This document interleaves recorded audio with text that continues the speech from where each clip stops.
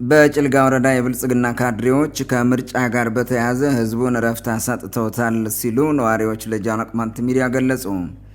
ምርጫውን በሰላም አጠናቅቃለሁ አላጠናቅቅም በሚል ስጋት ከፍተኛ ጭንቀት ውስጥ የገባው የጭልጋ ወረዳ ካድሬ ህዝቡን በተለያዩ መንገዶች እያታለለና እያስፈራራ በመሰብሰብ ብልጽግናን ካልመረጣችሁ ማህበራዊ ግልጋሎት አታገኙም ማለቱን ነዋሪዎች ተናግረዋል።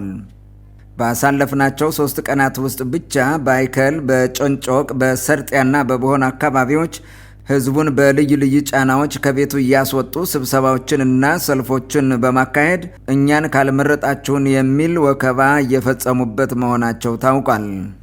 ከ3 ቀናት በፊት ካውጋ ማዶ በሚሉት ክላስተር በተመደቡ የገጠር ቀበሌዎች የሚኖሩ አርሶ አደሮችን ማዳበሪያን በተመለከተ በሆና ከተማ ላይ ስብሰባ አለ በሚል ከሰበሰቡ በኋላ ከአይከል የመጡ የብልጽግና ካድሬዎች ብልጽግናን መምረጥ አለባቸው በሚል ህዝቡን ሲያስጨንቁት መዋላቸውን የመረጃ ምንጮቻችን ገልጸዋል።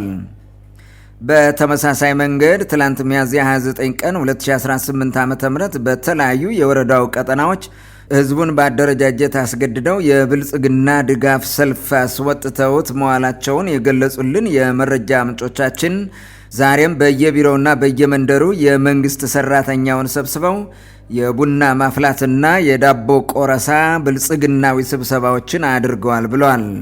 ካውጋ ማዶ ክላስተር በተባለው ቀጠና የተደረገ ግዳጅ ድጋፍ ሰልፍ አጼ ጎዳና ተነስቶ በቦሆና በኩል አድርጎ እስከ አንከር ቀበሌ ሰሜናዊ መጨረሻ የተጓዘ ሲሆን በሰልፉ በእናቱ አዛናው አደባ ተመርቶ ከአይከል ወደ ቦሆና የመጣው የብልጽግና ካድሬዎች ቡድን ልዩ ልዩ መፈክሮችንና ባነሮቹን እንዲሁም የምርጫ ምልክቶችን በወረቀት ኮፒ አምጥተው በሰልፉ ላይ እንዲያዙ ማድረጋቸው ታውቋል።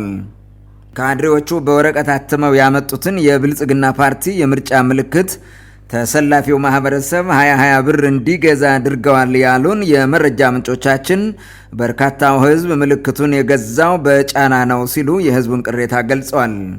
በሌሎች የጭልጋ ወረዳ አካባቢዎች በተደረጉ የግዴታ ድጋፍ ሰልፎች ተመሳሳይ ህዝብን የማዋከብ ካድሬያዊ ተግባራት ተካሂደዋል ያሉን የመረጃ ምንጮቻችን የካድሬው ቡድን ይህን ሁሉ እያደረገ ያለው ምርጫውን ለማጭበርበር ይመቸው ዘንድ ነው ብለዋል።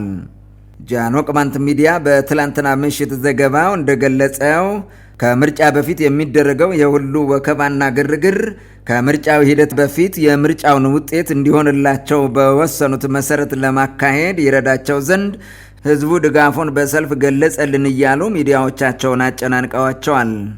ዲሞክራሲያዊ ምርጫ የለም እንጂ ቢኖር ኖሮ በቅማንት ምድር አንድም ጸረ ቅማንት የመንግስት ካድሬ እንደማይመረጥ እርግጠኞች ነን የሚሉ ወገኖች በበኩላቸው የቅማንት ህዝብ ጥያቄውን ያፈኑበትን ኮሚቴውን ያገቱበትንና ብዙ ወገኖችን ወደ ሱዳን ያሰደዱበትን የብልጽግና ካድሬዎች አይመርጥም ሲሉ ተናግረዋል።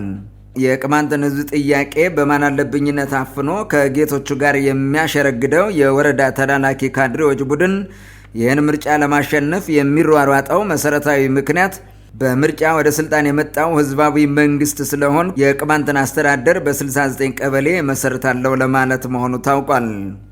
የብልጽግናው ካድሪ ምርጫውን ለማጭበርበር መዘጋጀቱን ብናውቅም እያንዳንዳችን ቅማንቶች ተገደን ቢሆንም ያወጣነውን የምርጫ ካርድ ተጠቅመን ብልጽግናን ባለመምረጥ ከህሊና ጸጸት ነፃ ለመሆን ነው ያቀድነው ያሉን የጭልጋ ነዋሪዎች በርካቶች ናቸው።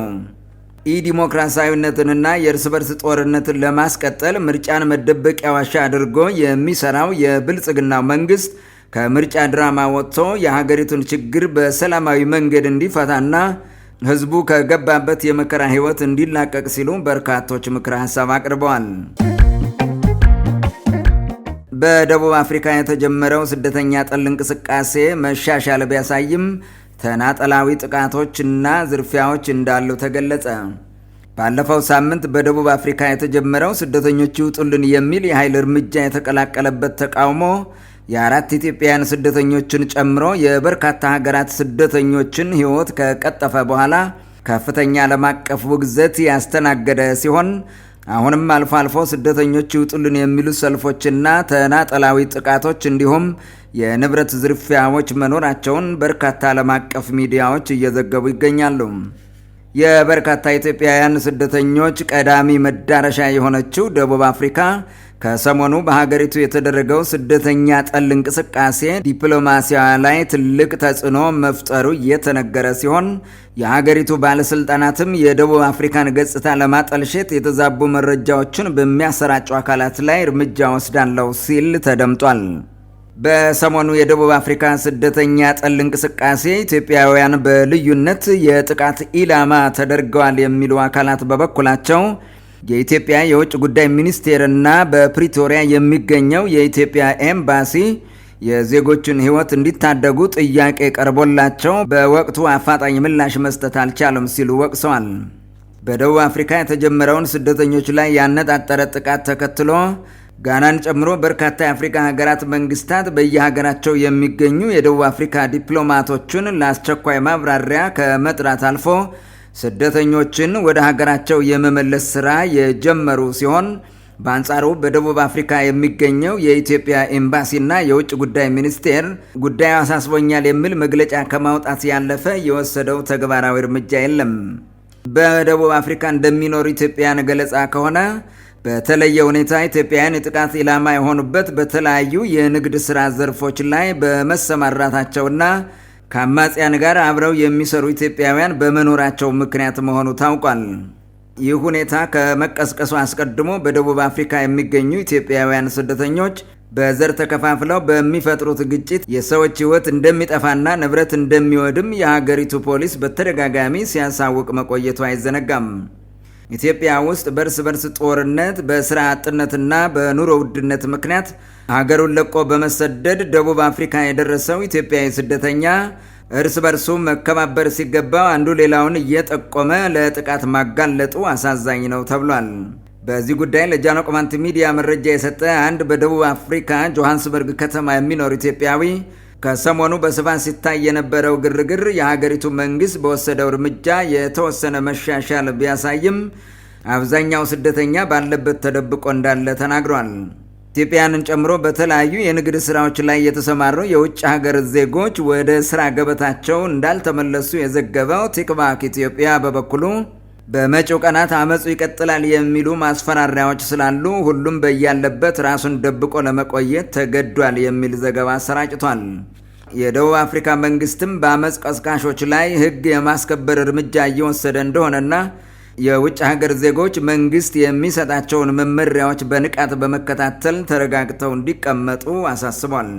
በሌላ በኩል የደቡብ አፍሪካን መንግስት የሚቃወሙ ፓርቲዎችና ፖለቲከኞች ስደተኞች በተለያዩ የሥራ ዘርፎች በነፃነት በመሰማራት የሀገሪቱን ወጣቶች ሥራ እያሳጡ እንደሆነና ሁሉም ስደተኛ ሀገሩን ለቆ መውጣት እንዳለበት እየቀሰቀሱ ሲሆን ዓላማቸውን እውን ለማድረግ ከቀጣይ ሳምንት ጀምሮ ጆሃንስበርግ ከተማን ጨምሮ በተለያዩ ከተሞች ሰልፍ ለማካሄድ እየተዘጋጁ እንደሆነ ገልጸዋል። በሀገሪቱ በተቀሰቀሰው ስደተኛ ጠል እንቅስቃሴ ሕይወታቸው አደጋ ውስጥ የወደቀው ኢትዮጵያውያን ስደተኞች የኢትዮጵያ መንግስት አስቸኳይ መፍትሄ እንዲሰጣቸው ጠይቀዋል።